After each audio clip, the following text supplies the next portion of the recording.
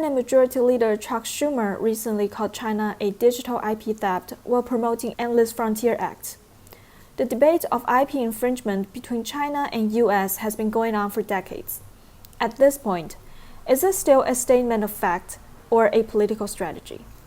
So Chuck Schumer recently said, and he's the Senate Majority Leader, we either have a world where China determines the rules for technology or the US. So they are framing it as a competition, a contest for supremacy between China and the US.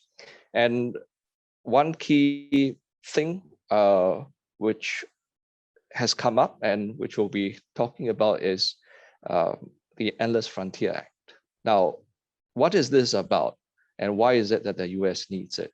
Well, this is really in response to China's dual circulation strategy. But for now, the centerpiece of this Endless Frontier Act is this new tech and innovation unit within the National Science Foundation. $100 billion over the next 5 years, a tremendous amount of money that's poured into research, development, education, training in 10 areas, including AI, semiconductors, quantum computing, and in fact, biotechnology. Specifically with respect to semiconductors, there is a provision called the Supply Chain Resiliency and Crisis Response Program that is aimed at increasing tech supply chains in the US and with key strategic partners. By that, I mean NATO allies, Southeast Asian countries, and India. And it is aimed at providing emergency funding for semiconductor programs. Why? Because there is a huge chip shortage around the world right now. And that has hampered and is hampering US economic recovery. And it needs to reduce reliance on foreign companies like Samsung and TSMC.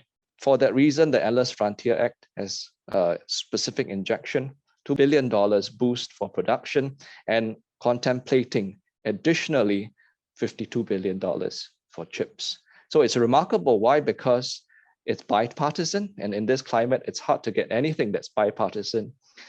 Passed 86-11. Now it's up for debate, expected to pass sometime in June, if not before.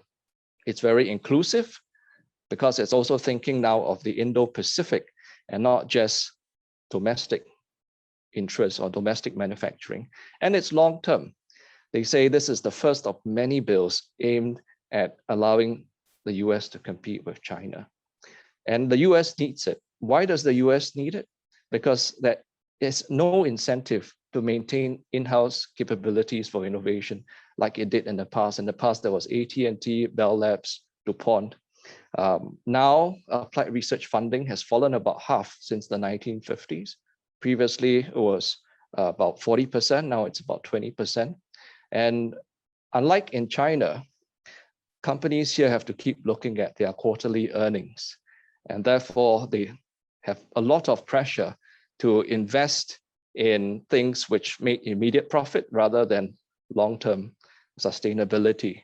And the irony here is the Endless Frontier Act. The name comes from a scientist called Vannevar Bush in the 1940s, a paper called Science, the Endless Frontier, where he suggested that the government should fund basic research, which is exactly what China has been doing.